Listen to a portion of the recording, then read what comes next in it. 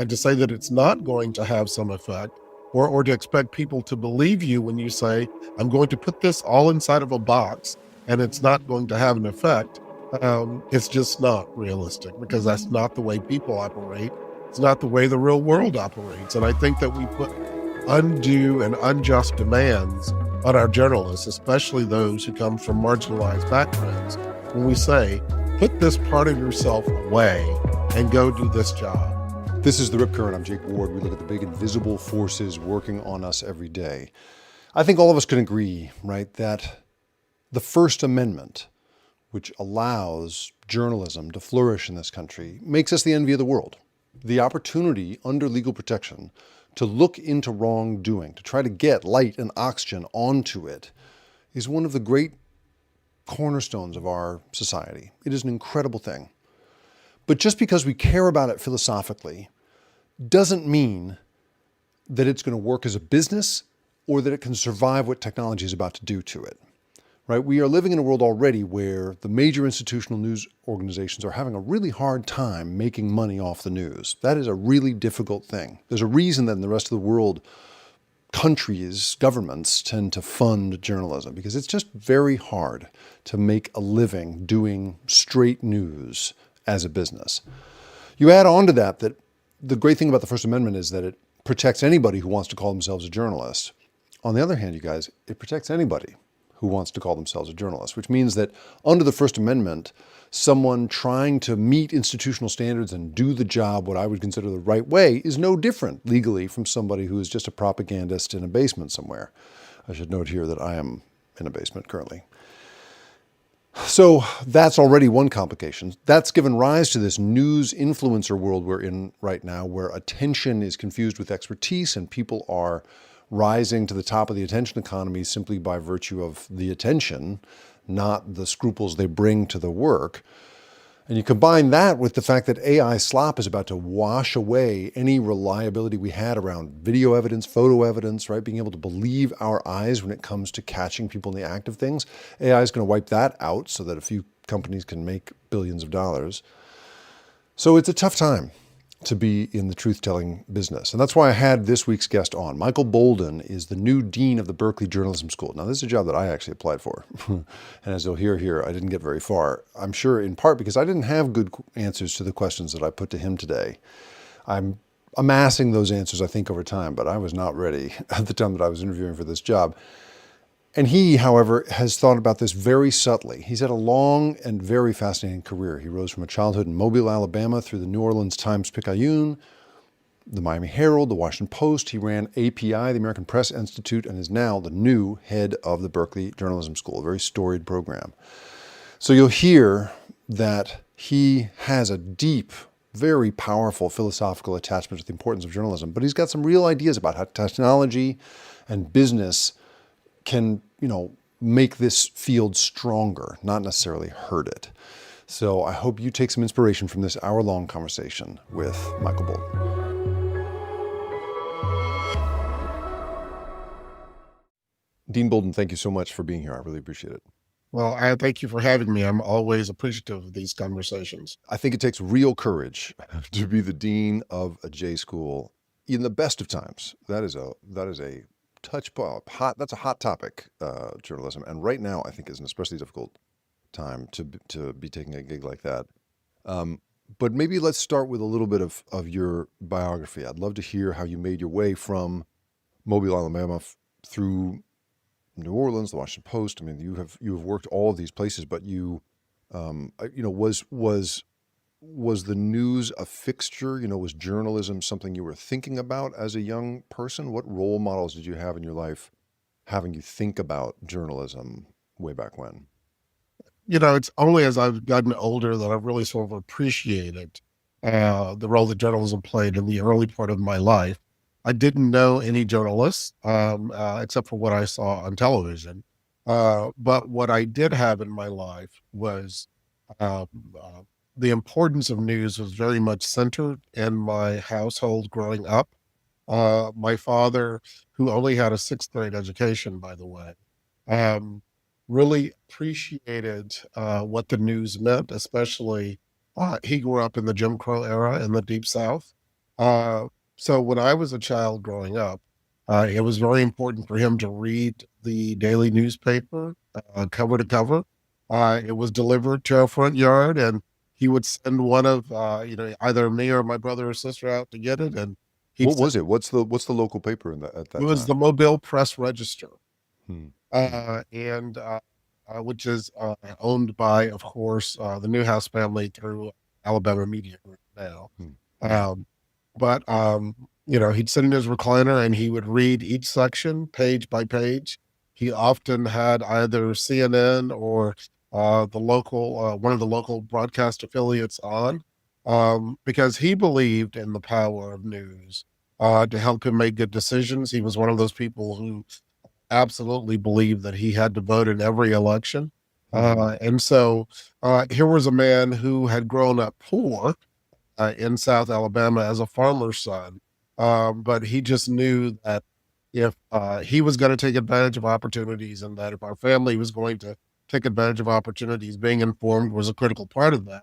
Hmm. But it wasn't just about the local newspaper or local broadcast news, right? We also had the Mobile Beacon, which was a black weekly that was part of what we received at home. Jet Magazine, the weekly, and Ebony Magazine. They were all part of our media diet. Hmm. And then as part of this too, my mother was there, and she's one of those people who would do the daily crossword in pen.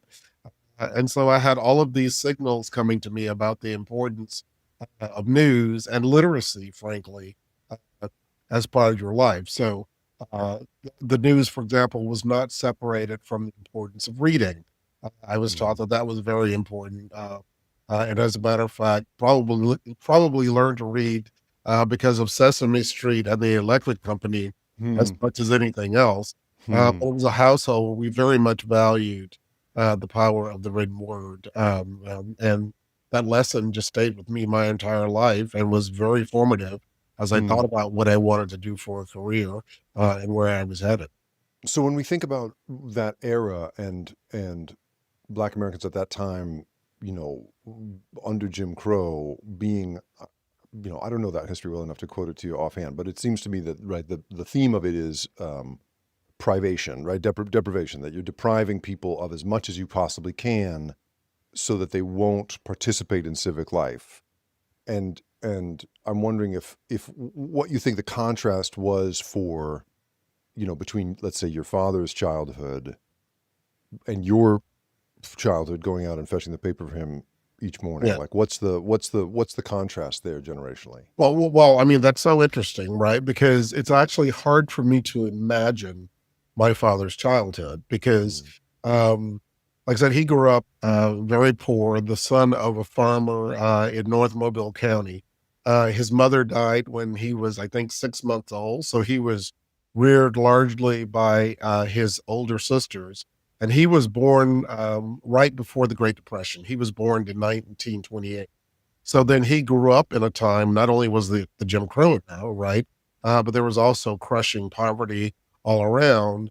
And he really was a child with the Depression who believed in, saving and in making the best use of everything.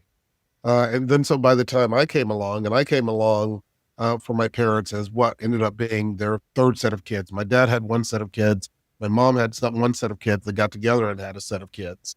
Um, and so by that time, we had a very comfortable life. And he had put one set of kids through college. My little brother and sister and I went through college. So deprivation was not part of our life, but appreciation for where we came from and for the inheritance and for what people before us had had to endure was very much part of the landscape. One of the things I remember as a child is that, like I said, I grew up in Mobile, Alabama, and Mobile, Alabama is also where the Clotilda, the last slave ship, landed. And as a child, I would go to a place called Africa Town, which is where descendants of the Clotilda uh, settled. And Daddy always took us to a barber shop there. We didn't live there, Hmm. but he made sure on Saturday that we visited there. Hmm. Uh, and I didn't realize the significance of what was occurring at the time. Hmm. Uh, but it was important to him. Well, let me back up. He and my mother grew up in very different circumstances. My mother's family, they were professional people. Her brothers and sisters, they became teachers and principals. Very common among Black populations in terms of lifting themselves up, right? My dad's family did not. And so I think it was more important to my dad that we understood this history Mm, and an appreciation for this history, that history would help shape who we would become as adults. And He's no longer with us. My mother isn't either, but I am more grateful for that the older I get because I can see why he thought it was important and why we would make the rounds with him on Saturdays, even when we didn't want to, mhm, because he wanted us to see where he came from and all of these things that were such an important part of our history. And I will tell you, that really came to play later in my life. Like I worked at the Washington Post for 13, almost 14 years. And part of that time, the one of the editors of the Post was famous for not even registering to vote because he thought that objectivity demanded it. yep. Uh, and I could never square that with my own background because the Hmm, thought of people having endured what my father grew up with and, what happened in the civil rights era when people were literally chased with dogs and beaten and killed because they wanted to vote. That was something that was, that I had to remember was part of my experience. And hmm, so hmm. being a journalist and being a participant in civic life for me demanded a certain amount of engagement. So, Now this is complicated, right? Because it is well, the received wisdom in your major national newsrooms that you are not supposed to make any outward statements of political support. At the jobs I have held at NBC and elsewhere, I'm not supposed to put a sign on my lawn for a political candidate. I'm not supposed to be, at a protest except to cover it. There's this idea that we are supposed to be unbiased witnesses and that you should be avoiding not just actions that might skew your perspective but the appearance of a skewed perspective. So how did you square that? How do you walk well, in, well, especially at the in the area you're working, right? There's not, yeah, I wouldn't think a lot of people are thinking that stuff through out loud. yeah, I always thought that was a false conceit, right? I mean, Mm-hmm. it was a conceit that it made people feel good about what they were doing. But of course, their backgrounds and who they were affecting everything, all of the decisions that they were making, and what we were seeing and not seeing in newsrooms. And I think that it is um, as a journalist, I would not put a sign on my front yard, but I most certainly would tell you what my background is and all the history that I just related because I think it's important to know. And I also think that it informs the decisions that I make and what I do as a Mm-hmm. journalist and throughout my professional life. And to say that it's not going to have some effect or to expect people to believe you when you say, I'm going to put this all inside of a box and it's not going to have an effect. It's just not realistic because that's not the way people operate. It's not the way the real world operates. And I think that we put undue and unjust demands on our journalists, especially those who come from marginalized backgrounds, when we say, put this part of yourself away and go do this job. Because the fact of the matter is, when people actually don't have those things they have to put away, that in and of itself is a form of privilege. Mm-hmm. Mm-hmm. Absolutely. Right. Right. So, did this ever put you at a professional disadvantage? I've had conversations with colleagues from marginalized communities who have said, that they've been waved off of a story because the assigning editor or whoever it is said to them, well, clearly you're not going to be able to go at this in an unbiased way. You're going to be carrying, a lot of baggage around this stuff. Like I've heard multiple times people have that experience. And as a result, the pressure, it seems to me professionally, is for them to pretend not to have that perspective. That would be the Yeah. easiest, in theory, the most, the most professionally expedient thing to do. And I think that especially, I'm a Gen Xer, so I think especially for my generation, there probably were more of us who did that and pretended to put Mm, things away, or who were reticent to speak up because of our backgrounds. Um, I think I really didn't find my voice until the last sort of 15 years. Hmm. And keep in mind that I had been in newsrooms in various capacities, including leadership capacities, for many years before that. Um, and I think it made us, I know it made me cautious about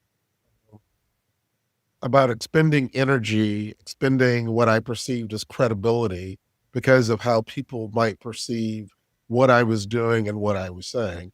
But I think that that also affected the types of jobs that I sought out in newsrooms. Like I learned fairly on that being a reporter is not necessarily the most powerful job to have in a newsroom. Actually, especially at the time that I was coming up, being a person, for example, who controlled the print space could actually be a very powerful position in a newsroom when people might dismiss you as being the person who was merely laying out a story. But you might be the person who was deciding how much space a story was going to Yeah, that's right. You inside. get 300 words a day, buddy. Sorry. Yeah, That's right. well, That's right. exactly. And That's right. you could always shrug your shoulders and say, "Sorry, that's Yep. it." You know, Yep. the Sorry. New space. ad just rolled in. Yeah. What am I? Sorry. Yeah. That's Yeah. right. That's really interesting. So what was it 15 years ago that turned you around? What was that turning point for you? Do you Well, remember? well, Was there a so specific thing? yeah, I don't know if it was a specific thing. Uh, I think it was gradually happened when I was an editor at the Washington Post magazine, and um, I realized there were so many people around me who didn't know how things worked. Right? I Mm, mean, when I was on the Washington Post magazine, I was both an assigning editor and I was also in charge of our technical systems. I was also the liaison to the business side, and so I had this broad view of how things operated. And I began to get more of a comfort level, I think, with operating in this world, especially the world of the Washington Post, which could be very intimidating if you weren't from a certain background, right? Uh, mm, and I think that I really began to flourish when I became transportation and development editor at the Post, which was part of the transition when they brought together WashingtonPost.com and the print edition. I was part of the leadership team that came in to help make that happen. And so the increasing uh, layers of responsibility were important. But I also recall I was also very careful about expending that energy and expending that collateral. That collateral. I can remember. Um, uh, oh my goodness, his name has escaped me, and I'm so no, embarrassed. man. You and me. Don't you worry about Uh, it. Yeah. but on the day that that Steve Jobs died, there was a giant of the civil rights movement who died on the same day, and I Mm, have to apologize to his memory for forgetting his name. Uh, And uh, the black civil rights leader died first, but he was someone who was automatically going to be on the front page of the Washington Post. I'm going to jump in here. Fred Shuttlesworth. Fred Yes. The Shuttlesworth. internet has just given this to me. I did not know that. Uh, and so Shuttlesworth, I believe, died first, or we learned of his death first. And then we learned of Steve Jobs. But Shuttlesworth was an automatic A1 print edition uh, obit. But then when Steve Jobs died, they were like, well, we can't Mm, have more than one obit out front. Shuttlesworth has to go inside. And wow. that was one of the cases when I thought, okay, this is when I use, some of that collateral that I've been building up, because how can you take one of the greatest civil rights leaders of our time, someone who is a towering figure alongside Martin Luther King, and push them inside because of someone who's very important, but important in a very different way? What does that signal if one of the papers of record is doing that? And that was one of the times when I used my credibility to say, look, um, this is why this person needs to be out front. And did you win that fight? I did, and actually that Mm, may be, I'll say this and then somebody will prove me wrong, but I think it's probably one of the only times that two obits ran on the front page of the Washington Post. mm, And that's kind of why I'm in the business, right? To make a difference in times like that, because I think that it matters. It's not just mm, about how we present coverage, but it's also what we're doing behind the scenes and making sure that we are exerting pressure in the right mm, ways when we need mm. to. So, When we come back, we'll talk about the fate of local news, which had such an important effect on Michael Bolden's young life. Stay with us.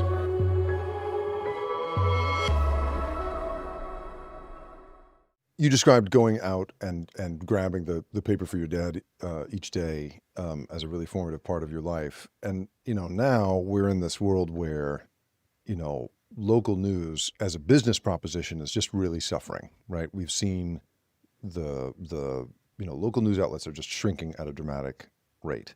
So let me confess something to you. I applied for your job for the J School Oh, did you really? deanship. Oh yeah, sure did. Wow. Okay. I didn't even make it out of the is he crazy round. Right. And here's my theory. I mean, I'm sure there are many reasons why, but here's one reason why I think that might be the case. I had no answer for why should kids go into journalism right now. I wasn't ready for that question, I think, fundamentally. Because I have over the course of my career as the editor-in-chief of a magazine and as, going through multiple media types and seeing the business trouble, I just don't know what I would say necessarily to a kid coming up right now who wants to be a journalist. And knowing how powerful an effect it had on your family, and now in the position that you hold, what's your feeling about sort of the health of the business and what that means about training, telling a group of kids, yeah, you should go try and do this for a living? Well, so the first thing I say to that is just look around us. We need more journalism and journalists than ever. Yeah, So sure. separate from whatever we see happening to legacy business models, that is absolutely true, right? The second thing that I say about this is, when I'm here at Berkeley, I don't care if you're an undergraduate, for example, what your major is. I think that your minor should be journalism because I think that the skills that you learn, in the journalism ecosystem will serve you well throughout your life. Oh, I So, love that. There was a great article, I can't remember who it was, but there was a columnist who wrote a thing about why she still encouraged it when I was scrambling around trying to yeah, figure out what my take should be. There was a great take where she said basically that she felt that it was a fantastic universal education in just sort of how to be a human. And one of her examples was, your average person walks past their favorite bake shop and it's closed, permanently. And they go, oh, that's too bad. And they keep walking. A journalist is trained to go in there and be like, hey, why are you guys closed? Can I talk to the manager? What's the deal here? Trying to get to the basis of to the bottom of everything. And I remember thinking, that's a great point. I really like the point you're making. It should be our minor. That's a really good idea. And Berkeley's does this, right? Isn't that a whole push at Berkeley, is to try and combine people's fields of study, trying to get like a business major in and other folks in to try and do that? well, we must certainly encourage the interdisciplinary approach, and we have a journalism minor, which frankly I intend to grow because I believe what I No, I love just that. said all of my heart. Uh, Mm, and it's for exactly what you described, right? The principles of intellectual curiosity, of inquiry, of learning to be healthfully skeptical about things and to ask questions, that will serve anyone well and it will serve mm, society well. And I don't just view journalists as broadcasters and conveyors of information. I think journalists should be facilitators, they should be conveners, they should be part of the social fabric of civic life that help bring people together and help people understand the world. So if you take that as what we're teaching journalists or what we should be teaching journalists, I think that we have more of a need for it now than mm, we ever have. Now, the question becomes, what are people going to be doing and how are we adapting to that? I actually think it's a very exciting time to go into media. The barriers to entry are lower. We have more voices being heard than we ever have before, more mm, possibility. One of the legacies of legacy media is that we've had so many voices shut out.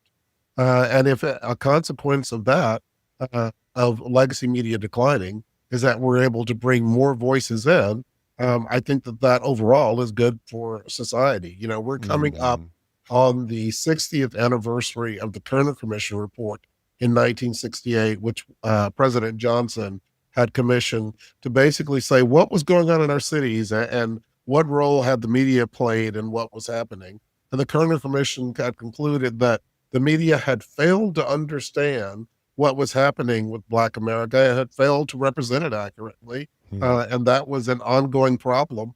I don't know that we improved that much over 60 years. I mean, you can sort of draw the lessons broader to include the Asian American community and the Hispanic American community. And so now we're here at this moment when technology has played so much within our grasp, and we've got so many more people who need to understand things. I think it's incumbent upon the journalism schools and media organizations to actually meet the moment, not to just sort of fall away in defeat. But it's like, how can we make the most use of technology? How can we make the most use of journalism in communion with community to create things that people need? So I really appreciate that point. I think that is a really interesting, it's a philosophical position, which I think is a very important position to have. But for me, I also look at, like I was having a conversation with somebody the other day who was saying, we will always, as this was an influencer saying, we will always need cable interviews, by which this person meant CNN, MSNBC kind of, headline interviews, to comment on. We can't just do news influencer stuff ourselves. We're going to need the legacy media to comment on. And my pushback to that was, well, you may need it from a, abstract perspective, but that doesn't mean that there's a business case for keeping that thing alive, that business is going to continue to thrive. And in what you're saying, I really hear this I really like this idea, but I also think that the market forces that have conspired to make journalism such a low-paying gig is part of why folks like me are so overrepresented in that gig, because I had the financial support of my parents when I was starting out. I came from the kind of economic background that made it possible for me to work for peanuts to make it possible, to do the gig. And so I wonder, like, how do we navigate that? Because I'm with you that it is very exciting. The moment is exciting, and I love the voices I get to now hear from. But the number of those voices who are actually making a living doing that, I'm worried about. Right. I'm worried about it too, but I'm not going to give up. I mean, because I think we still have to be in the business of creating new things. And just because it's hard doesn't mean we don't do it. Right. There are still people who are making a good living. There are people who are starting their own things. There are people whose jobs are morphing into new things that are separate from legacy media. Um, and I think part of the future, part of the answer is the diversity in the media landscape. I mean, I think part of that includes journalists who actually are influencers or trusted messengers or creatives. I think that's all part of it. And it's not any one thing, it's all the things. And it's also about journalists. I'll go back to what I said earlier. If you think that the role of journalist is just to be a broadcaster of information in your society, you're probably not going to make a business of that. Because I think that limited role, the time for that has passed. I think it is about all of these things, about, like I said, about being a facilitator and a convener and, holding events and having some policy solutions in there and having some philanthropic solutions in there and having government support like we have through the California Local News Fellowship, which is at UC Berkeley Journalism. All of those things are part of the future. And if anybody thinks it's one thing, they're mistaken. You think back to the heyday of newspapers, and I would, let's call that the 70s and 80s. We could probably go a little bit earlier. And the sheer amount of money, frankly, that the Knights and the Grahams and the Chandlers and the Bancrofts that they were generating, these were families that had multiple yachts, multiple houses. There's a reason why we have the Dorothy Chandler Pavilion still in downtown LA. I mean, we have all of these artifacts. I mean, people forget the incredible business that was, right? I came from magazines. I did magazines, and back then, when I have a history of like getting into each medium just as it falls off the cliff. Like I've done that really well. I've been great at that. And magazines, I showed up right as they were doing away with the drinks carts, because it had been the standard that the editor-in-chief's office had a drinks cart that would go around the newsroom, go around the magazine room. And that's because on the other side of the wall, where the publishers and the salespeople were sitting, those guys were just turning away business for a living. They were Yep. literally just like saying, "Nah, no thanks," to people calling and begging to get ad space inside a magazine. And so that's absolutely right. I think people don't realize just how much money was being generated back when that was the dominant medium. Well, so if I may, there's a story I like to tell about this because I think that it's so when I started at the Washington Post, this was in 2000, so it was a presidential election year. And of course, election night was always a big deal. And that first election night, we're sitting at our computers, writing stories, editing copy, all kinds of things. And there is a wait staff bringing you food from the central buffet. And at a certain point, they come say dessert is served in the X conference room, and they go get dessert. Now, every 4 years thereafter, you could sort of see the decline of what was happening. It's just cookies tonight, guys. Sorry. Eventually, I think it ended up being pizza, and you get it yourself. But it's a very sort of interesting arc, right, of seeing that decline. But it's also, a lot of us were too slow to change as fast as we needed to. And when you think about some of the things that we're doing today, I mean, you can see some of that being repeated, right? Even when you talk about the conversation around influencers and the conversation around AI, whether media companies are responding fast enough, a lot of them just aren't. And that also contributes to what's happening because one of the things that's true of any business is how are you able to deal with change, especially technological change. And this technological change is accompanied by the change in consumer habits. And, I would argue that we haven't responded very well to either overall in this business. And that's one of the things that sort of led to the collapse. I also think about just spectacularly bad decisions that have been made in this industry. Think about Knight Ridder being sold to McClatchy in the early aughts and the amount of debt that McClatchy took on just as things were really starting to collapse. And those sorts of things really helped increase the spiral, I think.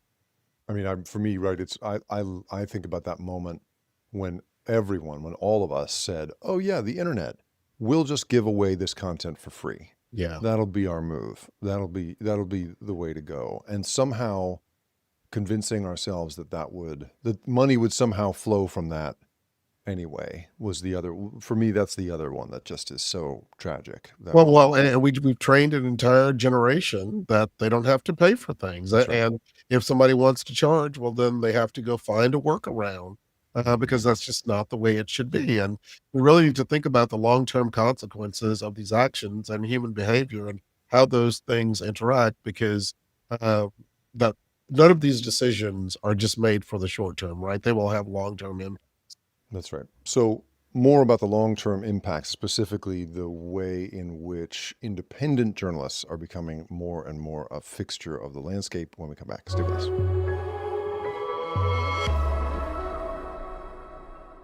We now occupy this world in which there is suddenly this new industry of influencers that we have been discussing here, and independent journalists who have no editorial standards they have to abide by other than what might get them sued, right? They don't have to run anything by a team of lawyers. Whereas, the thing I always tried to explain to everybody I could talk to, when I've worked at NBC or Al Jazeera or anywhere else, I got to run everything I'm going to say by a whole team of people to make sure that they think I've done an adequate job of representing things well. So how do we, in your perfect world, how would you put together the new, dynamic, wildly more diverse, wildly more open world of multimedia sort of influencer journalism and the editorial standards that, in my view, separate journalists from propagandists at legacy media outlets? Yeah. So one of the things that we did when I was at the American Press Institute was that we had started ongoing experiments with having news organizations work with influencers or trusted messengers, whatever you want to call them. Uh, Mm. and we ended up publishing the API guide to working with influencers, and that work is continuing. But it became clear to us that uh, influencers want to learn from news organizations, and news organizations also want to learn from influencers. So it's not like influencers don't want to improve. Some of them, frankly, some of the ones who aren't huge don't even think of themselves as such, if you can imagine, especially at the hyperlocal level. So I think that there is a lot to be learned on both sides. One of the things that I think is absolutely true for audiences, especially younger audiences, whether they are listening to legacy media or they're listening to influencers, is that one, they want to perceive that whoever they're listening to or hearing information from, that it's authentic, that what they are saying is true to their voice, and is not something that is being dissembling or anything like that. The second part of that is that values matter, especially to people who are in Gen Z, and they want to listen and support influencers or news organizations whose values they believe are aligned with theirs. And frankly, that's not that different from where we've come, right? Because when people have chosen what news organizations they're going to follow, whether they're going to read the Washington Post or the Wall Street Journal or whatever, they're actually making those same decisions, right? Although that assumes that everyone's playing by the same editorial rules, everyone has the same goal. Like a Fox News and a Washington Post, I would argue, have very different goals. They are not both in the same business. So I take your point, but it feels to me like choosing the Post versus the Times versus the Globe and choosing, the BBC versus Fox, very different. Well, I agree with that. And I would also say choosing the BBC versus choosing CNN or the Post is also a very different thing, right? Mm-hmm. Because when I want the news that I think is probably the most unbiased, especially US news, I go to the BBC or Le Monde Mm-hmm. as opposed to looking at CNN or the Washington Post. So I absolutely understand what you're saying. And I think that that is absolutely true. But part of my point is that influencers in general, at least the ones I've encountered, especially through the project that we were doing, they want to learn, they want to get better, they want to understand some of these very same things. I look back at what happened with the DNC when they brought in influencers to the convention last year, and one of the things that happened was that some of them didn't even know what questions they should ask, right? Because they were so out of their depth. Uh, Mm-hmm. and so I think that in that regard, there's actually an opportunity, right? Where there are influencers who want to learn and who Mm-hmm. want to adopt some of the standards and who want to know what questions to ask. Uh, there are also some who don't. But I Yeah. think that finding that middle, right, where we can learn from one another and help inject something new into the news and information ecosystem is to the advantage of both uh, what we would call professional media and the creatives who are rising. Mm-hmm. So on this topic of perspective versus reporting, we're obviously in this ideological moment where political forces are pushing very hard to Yeah. change the power dynamic around conventional media. You have the huge 60 Minutes lawsuit settlement that helped pave the way for Paramount and Skydance to merge. Now you have Barry Weiss, Yep. a center right, if you want to call her that, provocateur, as the editor in chief of CBS News, in spite of having no management experience around a major newsroom or television experience of any kind. I don't know. Just tell me how you see this moment. Is there in any way an argument to be made that this is a sort of good faith effort to correct for some sort of latent bias, or is this just political machinery moving the way it always has? So I think it's the latter. I think that this sort of thing has always been with us, even when we haven't acknowledged it. We were talking earlier about the amount of money that was involved in media, and no matter how much we might try to fool ourselves and say, "Oh, people were doing things out of the goodness of their heart. They weren't. They had economic motives, most certainly. Um, um, and, people have always made decisions. For example, when Bezos bought the Washington Post, which everybody saw initially as a great thing, one of the decisions that he made was that he really did not want any of the gazettes, which was the extensive local operation that was deeply embedded in Maryland and DC and Virginia. And all of that local coverage just went away overnight, right? I And didn't even realize that. I knew about some other changes that he made, but I didn't know about that. Really? no, right, no, he did not want the gazettes, and so the gazettes just went away. Now, thankfully, over time, you've had some independent media spring up to help fill the gap, but that most certainly was one of the consequences of what happened, and that sort of got lost in the larger story about Bezos coming in to save the Washington Post. So there have always been these shifts that have happened, sometimes for good, sometimes for bad. And one of the things that I just hope is that we have more of the shifts for good than we do for bad. It's Mm. an unfortunate consequence of our capitalist system, that if someone can buy a business, and media, has inevitably been businesses, they can shift the narrative. And so the question becomes, uh, uh, where do we have the voices that are independent, that really are nonpartisan, that really try to bring people together? It goes back to what I say about what's the role of media, right? If you're just broadcasting information, or are you trying to promote civic discourse and civil discourse? And we need more companies, frankly, who are trying to promote civil discourse. It's one of the reasons why it's good to see the rise of nonprofit news, to see philanthropic investment happening, because that tends to be more focused on social impact than some of the other metrics. But it's a very sort of complicated dynamic, right? You think about, well, I mentioned the California Local News Fellowship Project that's housed at Berkeley.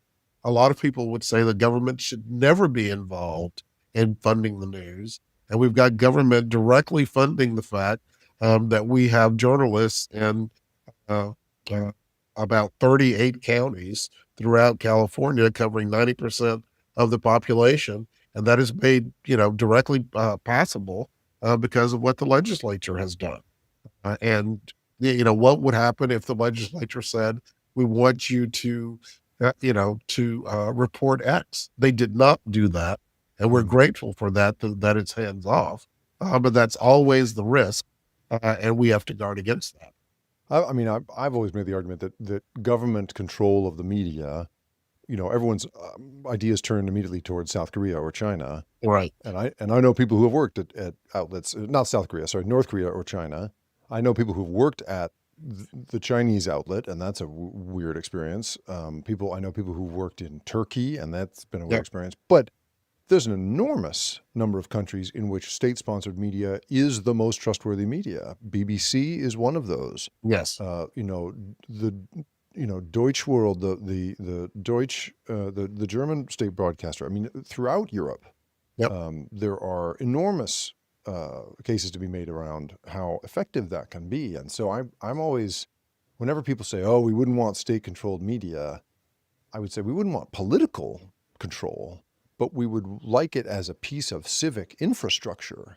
That Yes. would be a good idea, because yeah, I don't know. That's my thing. And the other thing is, here in the United States, I just remember I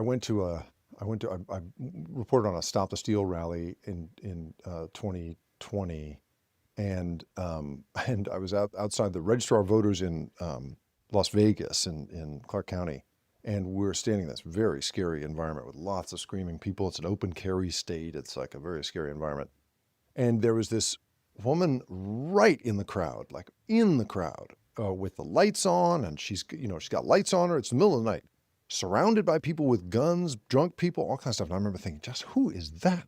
That is the Yeah. bravest woman I've seen. I've seen in a while. Like what, and I knew some Al Jazeera people, so I was just like, whoa. I go up to try and get a closer look at her, and I realize, oh, she's leading the crowd in a chant Oh, of "We love you, President Trump. We love you, President Trump." And then I look her up and I realize, oh, she's live streaming on YouTube, and she's getting she's in this super chat category where you can get tipped for your work. So she's pulling down a few $100 a minute as a live streamer. And I remember thinking, wow, like she's got all the accoutrements of my job, yeah, the lights, she's here, she's filming it, the whole thing, right? She's doing live shots like I'm doing live shots, but she's an entirely different animal ideologically. Like I'm here in theory to represent what's going on. She's here in theory to whip it up. Like if I ask somebody to move in a shot, I get fired. I'm not allowed to do anything to craft the scene. right. And she's like leading the crowd in a chant. And then as I was talking to somebody later, they pointed out, yeah, but under the First Amendment, you guys are the same thing. You're Right. absolutely identical. You're identical people. And that is a thing I think in a world in which we have totally disintermediated journalism, we have not come to grips with that yet. Yeah. And the thing we have to remember, well, especially so the tradition that I come out of and the belief that I have about what journalism is and should be, it is undoubtedly, unequivocally a pro-democratic, pro-inclusivity approach to how we see the world, right? Because if journalism in the U.S. is not pro-democracy, it like undermines the very thing that allows us to exist. Uh, Mm-hmm. and so I always sort of keep that in mind when I'm looking at any of this stuff I see around us. And I'm very much aware that some people see that as a partisan thing. And my response is, but yes, but here in this country, it is part of who we are and who we must be. If anybody's going to have the freedom to do what I do or to do what you see that woman doing, right? And there are some Right. who are always going to say, well, no, you can't do that. But how could you be a journalist in the United States of America and not be pro-democracy and pro-free speech and pro-freedom of the press? When we come back in our final segment, we'll talk about AI and is there a future for truth in journalism? Stay with us.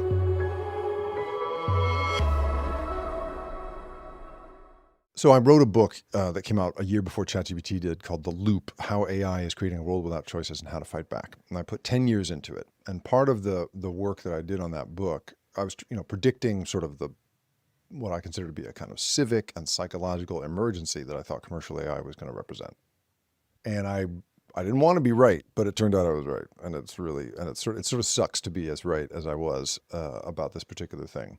And one of the things that came back to me again and again in my experience reporting from inside a lot of these big companies and the billionaires who run them is very often you encounter this libertarian idea that the market will show us what's important and what's not. And that the signal is separated from the noise by the invisible hand of the market. So very often when you speak to people inside, in the leadership of a big platform, big social media platform, they don't care about the difference between, they don't consider there to be a difference between a guy like me who's put 25 years into being a journalist, and a person like you who's had this esteemed career doing that, and some random propagandist in his basement. They only care about how the market values our work. And that to them is the ultimate sort of decision-making, mechanism and sorting mechanism. Now we're in a world where people like that have created a set of reality simulators that are going to make it absolutely impossible for the naked eye to tell the difference between a totally invented piece of video and one that is actually shot by a photographer in Gaza or the streets of Atlanta, right?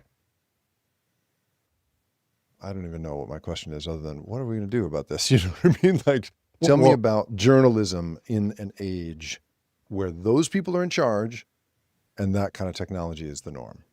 Well, so I've got lots of thoughts about this. The first is one of the things that we inevitably underappreciate is the speed at which those companies move. Because we spend so much time umming and ahhing over things and trying to be reflective. Whereas you take a company like Meta or OpenAI or something, and they've got a roadmap and they're moving lickety split faster than we can even conceive. And so there has to be a set shift among us in order to even be able to comprehend that. And I Mhm. think too many of us are just too slow in even thinking that these are things that we need to address. The other part of this is we don't we become there's a form of paralysis that sets in, right? Because we don't really understand what's happening. We don't understand how to talk about it to the general public. And then so we just keep kicking the decisions down the road. That's not a good place to be in either. And I think I see a lot of that happening around us as well. We need to be engaged as we possibly can. We need to have more journalists, frankly, doing what you've done so they can understand how to even report on this and how to explain it to the general public.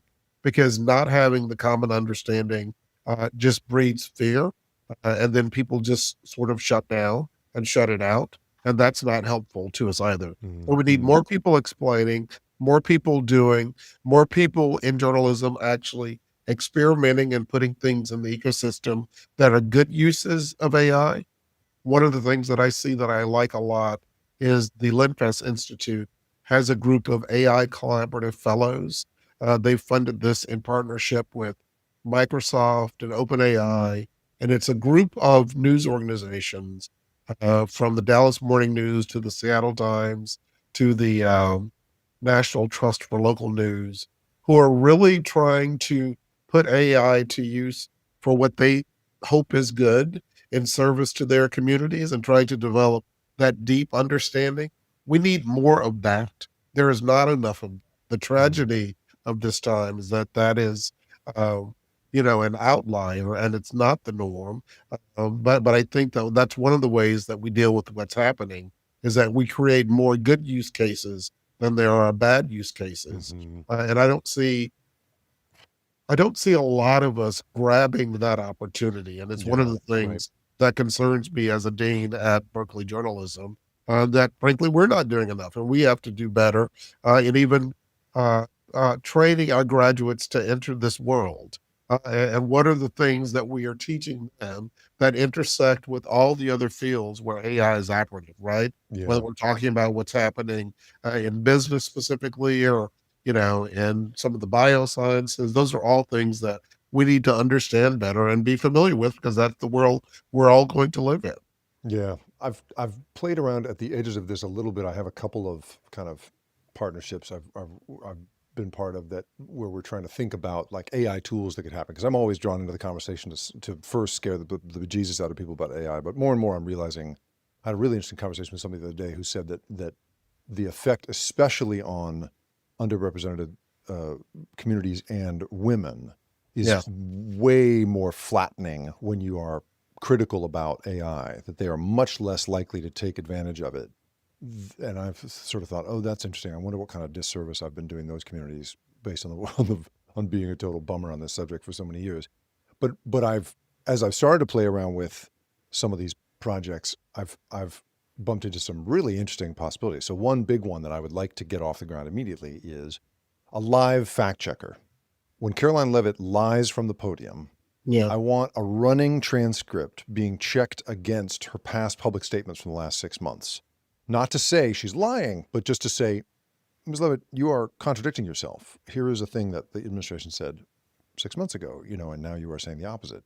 I just think like so much of the sort of interview format right now depends on getting lucky Yes. that the journalist happens to be in command of the facts of that thing when they really need a voice in their ear being like, oh, that's not, ask them this, there's got to be a supercharging of people's expertise in the face of what is now just outright lying all the time. Well, Now that shame is not the guidance. and that understanding is one of the things that we need because, despite the misgivings about AI, the use case that you present, where you train an agent on a very limited universe, that is well within our capabilities, and we know Yeah. that that also lessens the possibility that there will be hallucinations, right? Right, that's right, Like, because you could locally host it. You don't have to have it be on the web. You can have the White House correspondent go in with yes, just the White House documents, yes. and even if they're just comparing to the public statements out of the White House, then that would be enough. That's right. That's right. So we need more smarter uses just like that.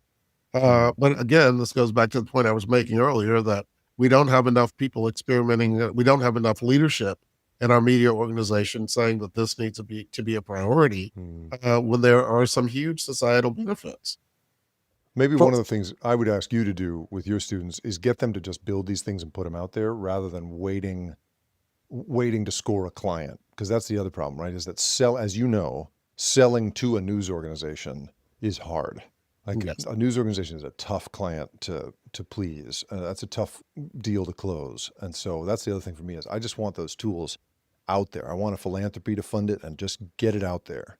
So people start just using it. This is how, like, I've seen a handful of like off the shelf commercial products just come into a newsroom because, during the pandemic, Otter was Yeah. one of the first transcription services that would really pull your Zoom transcript and give you pull your Zoom audio and give you a great transcript out of it. And just we all started using it, and pretty soon it was the norm. And I think we're going to need it to be a bottom-up adoption thing rather than selling, to a C-suite. Well, and part of that is what's the mindset? I was having a conversation with someone who works at a philanthropy, and she was 22, 23. Uh, and we were talking about the difference between how she perceives AI and what she does with AI. Yeah. And her brother, who is a high school student, and how much further advanced he is, Mm. right? Mm. I mean, so those are the type of leaps we're seeing even among the younger generations that we need to be prepared for and aware of, because that's going to represent a sea change that, frankly, people like you and I aren't even prepared for. Mm. Because the gulf between me and that 17-year-old and how I approach things is tremendous, and I'm someone who likes to think that stay on top of things. Well, you are working very hard to stay on top of all this, and in your new role, you're going to have to be, you're going to learn a lot, and I really, really we will be cheering you on. So before we go, tell me something you are excited about in this world. I mean, you've talked about this open landscape of, people. I mean, the barriers to entry are so much lower than they've ever been, and so we're seeing voices out there that we've never seen before. When you look across the landscape now, what gets you excited? So, I mean, there are a couple of different examples that come to mind. So one is the organization Connect to Arizona, which is based in Phoenix. It's run by a woman named Maritza Felix. She started it during the pandemic. It's a sort of cross-border initiative to promote factual information. Hmm. And it combines several different things, right? They have reported pieces. They also have a radio show. They have what they call a cafecito, where they bring people together to talk about things. It's really a powerful example of community-based journalism that we see emerging, especially when you think about how that operates in a place that crosses a border literally. Uh, Something else that excites me is you go to the town of Marfa, Texas, which is in West Texas. There's something called the Big Bend Sentinel, which is the Big Bend Sentinel is been around for a very long time. But the people who run and own the Big Bend Sentinel now have created this new model where they are both a news organization and an event space and a facilitator and a convener. They're doing very different things, trying to create community and to be a resource and a part of the community, not being separate from it. So those are the types of things I see happening that excite me very much. I'm just so pleased you got the job, not least because you seem to see this stuff so clearly, but you also have so much optimism for what it can be. I'm pleased by all of that. Dean Michael Bolden, thank you so much for your time. I really appreciate it. Jake, thank you very much for having me. It's been my pleasure. And, I just think that there's a lot to be optimistic about. We can keep our eyes open and we can ensure that we all have a great future using and getting the news and information that we need.